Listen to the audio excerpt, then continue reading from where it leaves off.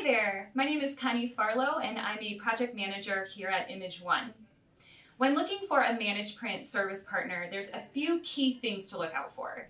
The first is going to be service, so making sure that your MPS provider has a tech team who is experienced, prompt, and ready to listen to you and your team and what you need. The second thing to look for is a key word, and that is proactive.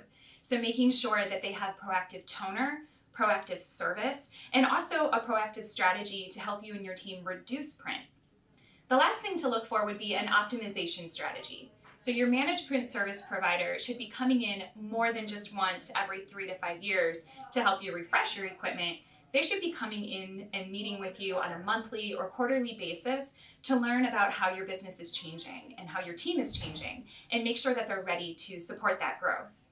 Overall, look for an MPS provider that gets you and gets your business and wants you to be as successful as you want your team to be.